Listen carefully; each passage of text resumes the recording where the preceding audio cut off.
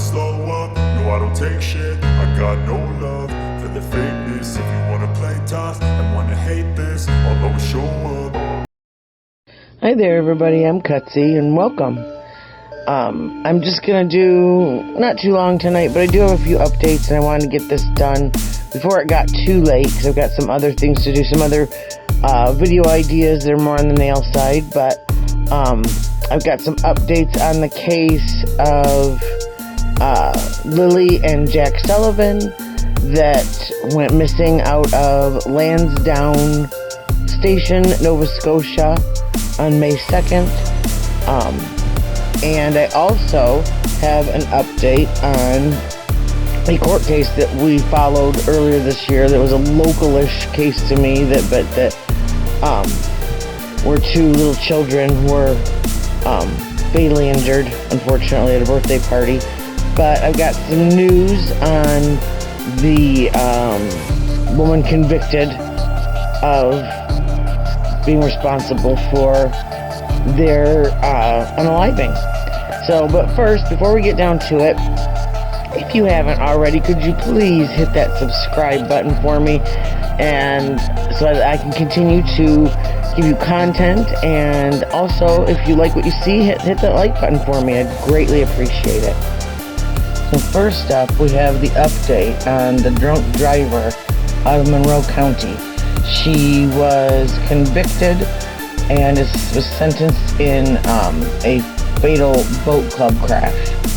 So, this story, I saw the update today. This is from ABC 12 News by Kevin Kraft. I'll read this to you. Monroe County, Michigan. The woman convicted of driving drunk into a boat club and taking the lives of two children and injuring many others was sentenced on Thursday. Court records show 67 Marcella Chidester will spend 25 to 50 years behind bars.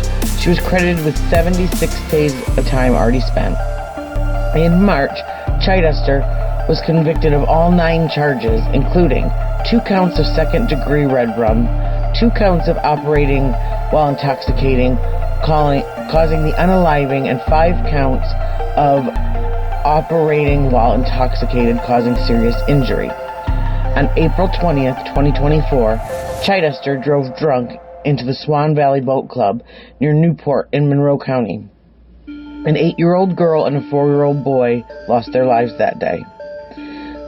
There was a children's birthday party happening inside the boat club.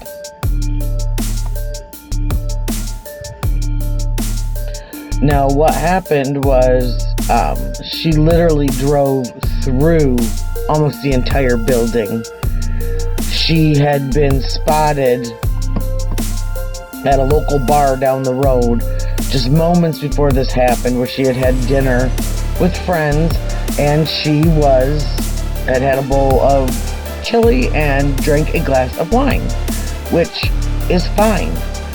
But throughout the trial and the investigation, what we ended up finding out was through camera footage of her own home that was called in as evidence that she had been drinking throughout the day that day, and was, I believe, if I remember correctly from the trial, almost or at 3 times over the legal limit of intoxication in the state of Michigan. In the state of Michigan, it's 0.08. And I believe she was at like a 2.7 or almost a 3 something. And she tried to blame fibromyalgia. She tried to blame arthritis. She tried to blame a lot of different things. Oh, she was also, which I didn't understand this as a defense, one of her defenses was because she had fibromyalgia and she had a nerve condition, that she took gabapentin. And a lot of us have taken that for migraines, for neuropathy, etc. But I know how it makes me feel when I just take that and have it with a glass of water. I absolutely cannot imagine taking that and drinking alcohol and getting behind the wheel of a vehicle. And I also don't understand how anyone would think that was a defense. That I wasn't drunk. I was on medicine that clearly states on the side of the bottle, do not operate heavy machinery or drive when on this medication until you know its effects on yourself. I believe that's what mine said on the side. I haven't taken it in years because it did make me feel so out of it. So, well, and what I will do is at the end of this video, I will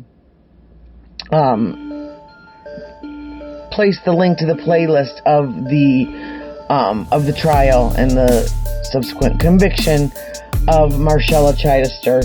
So if you're interested, if you're a trial junkie like I am, you can see it, see the whole process, and hear the whole story.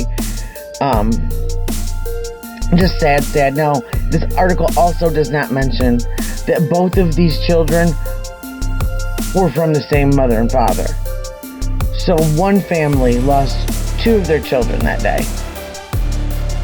And because, again, someone was not responsible enough to not get behind the wheel of her vehicle after drinking all day and taking medicine that is very known to have huge effects on people.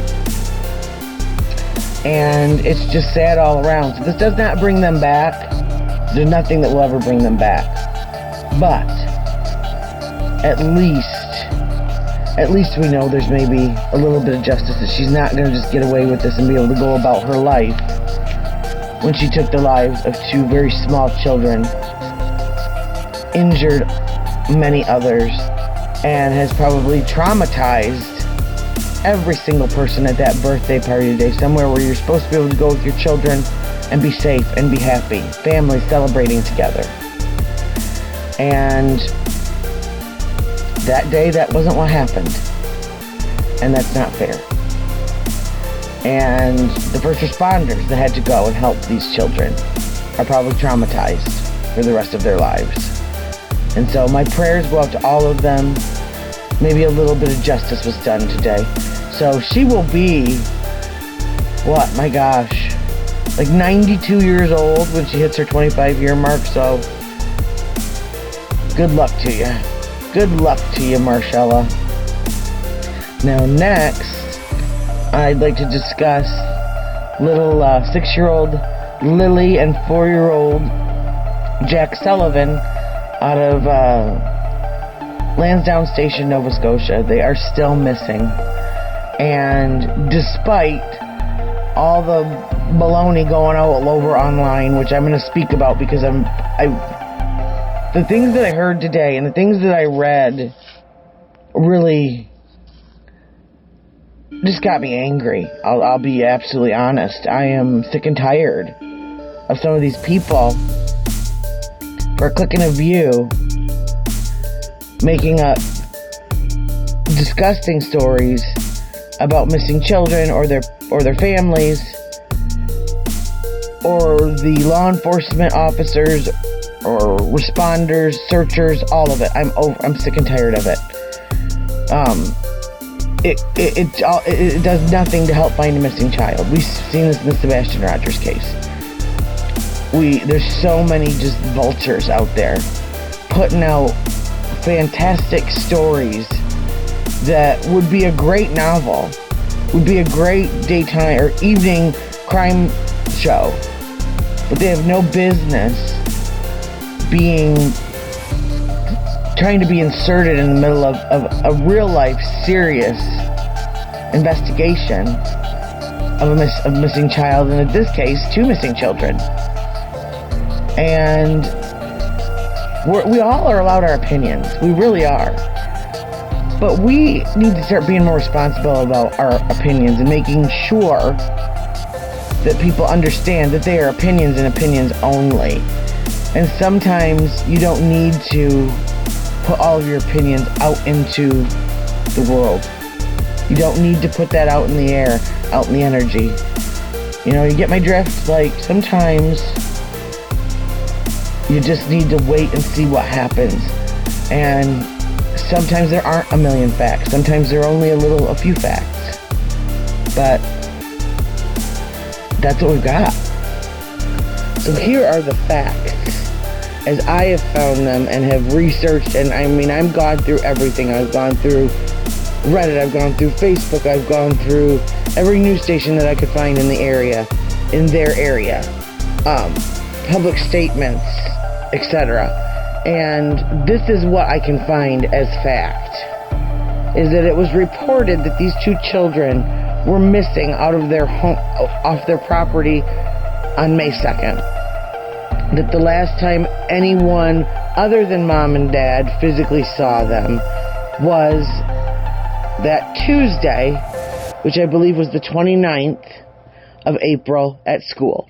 Wednesday was a scheduled day off from school, and Thursday, according to mom and dad, I believe, they kept both children home because Lily had a cough. Now, according to parents, at around 8 a.m., they started to hear the children play in the next room. They were both drifting in and out of sleep with their approximately 16 to 18-month-old daughter in the bedroom with them. At one point, Dad said that he believed he heard Jack in the kitchen playing. And we've heard statements that Lily kept peeking her head in the bedroom, was told to be quiet, not to wake the baby, etc. So stepdad is the only one that has said that he had physical eyes or knowledge of Lily being there that morning. Next, it was said that around 9:40, this is what stepdad said, they realized the kids were gone, and he ran out to go search all the roads, the culverts, the streams, and mom searched around the home, and she said after a few minutes, something told her she needed to call 911, call the authorities and report them missing. And according to stepdad, he came back, when he got back to the house, waited for police, and then went out and searched again. That's all we know so far, at least from their statements. So next, police show up called around 10 a.m. They show up a little bit after that. Again, I have been listening to a channel called, I believe it's Plunder True Crime. I'll again put her link in my description. She has taken the Broadcastify archived audio from the radio dispatch between the police and the searchers, and she's edited out all the non-relevant stuff, the big pauses in time that you get on the radio, and has just put together a stream of the relevant information, the relevant passages that have to do with the search, the ongoing search and the investigation of these two children being missing. Now, it was stated that during the search that they found some boot prints along a pipeline, but that led to nothing. That they found a little star sticker along, I believe, around that same area, but they did not know if it had anything to do with anything. That Lily's backpack that they were told that she had taken with her that morning had strawberries all over it. Was it a sticker from school? Maybe. Maybe that was. Was it put down there that day? Who knows? These children lived on that property. They could have gone for hikes with their parents and whatever. I know it rained, and that's what they had said also, is that some of this was kind of washed away because of the rain. But again, if there's still boot prints there, then chances are maybe those have been there for a little bit. So that's no proof, and it still, again, didn't lead to any finding these two children. And now here's where some of the fun tales and the lore comes in, is there were search dogs, and the scent that they found from the children stopped at the driveway. That's why there is rumors and thought, not among law enforcement, but that the children maybe were taken. Because if there's no scent in the road, it's in the driveway, but it's not in the road, that means they weren't out in the road. So where do we go from here now, Now, another thing that's another discrepancy is that during that first interview, the stepdad said that they were missing maybe 20 minutes. And before they realized they couldn't hear them. But according to, which would make it around that 9:30, 9:40 hour, police were called at 10 o'clock. But the police, according to their radio transmissions, were told that these children went missing at 8 a.m., that was the last time that they thought they had been seen. Now here are some of the rumors. Now there was a woman that did find, I believe it was a pink sweater and a blanket and something else, like on the side of the road. And at first it was believed that could have been articles of clothing left behind by the children. But later on we found through, again, when you listen to the radio transmissions on Plunder's channel, you can hear them talking and saying that those were items of clothing that the stepfather gave the police, the canine searchers to sniff and get the scent of the children from, and then try to go through the woods and find them. So those were not left behind by any kidnapper. They were left behind by searchers. They had the dog sniff them, and they probably dropped them and, didn't think another thing about it. Next rumor is that trailer has been demolished. That is also not true. Their trailer and their home is still standing, and Daniel, the stepfather, is still there. No items have been found, and still no trace of the children. Now there's also been rumors about a camera. I looked into that also. There was a camera found. You can again hear it on the dispatch audio, and it sounds like it is a RCMP camera that was out in the woods, and when this officer found it, there was a wire that had been clipped, corroded off, whatever. The camera was not working, and so they called for it to be repaired, not because they thought that it had anything on it, because it wasn't working, but because it could be used to possibly monitor if they do see the children out in the woods, walking around, whatever. And finally, the CPS has the baby. That I could not find any information about that. There was a statement made by stepdad after, the mom has left. They got in a fight that Saturday. She left with her mother and is staying in another province. Close, but not living with him. They are broken up. And it was said by him that he went to CPS to see if he could see his daughter. And a lot of people believe that that's the admission that CPS has their child. I don't believe that that's what happened. In my opinion, I believe that mom won't talk to him, probably won't let him see the baby, and so he went to CPS to see if they could make her let him visit the baby, and they said, no, we can't allow you to see your baby. Not meaning anything other than they don't deal with that. CPS does not deal with parental custody. They'll be friend of the court. That'd be the police. That'd be whatever. But they're not gonna get in between a custody battle. So there's that. And hopefully, the RCMP know a lot more than we think they do, and that soon, one way or another, we'll get the answers that are needed to find out where Lilly and Jack are, and to give them the justice that they need. So, on that note, just remember that according to Jelly Roll, things might not be okay, but they're all going to be alright. So everybody, you take care, and I will get back as soon as I hear any more updates. I've got some stuff to show you on the nail side, with some oils that I'm making and some new shapes of nails, and got a farmer's market coming up, and that'll all be great. So stay tuned and take care of yourselves. Give yourself grace, and remember, search for the facts.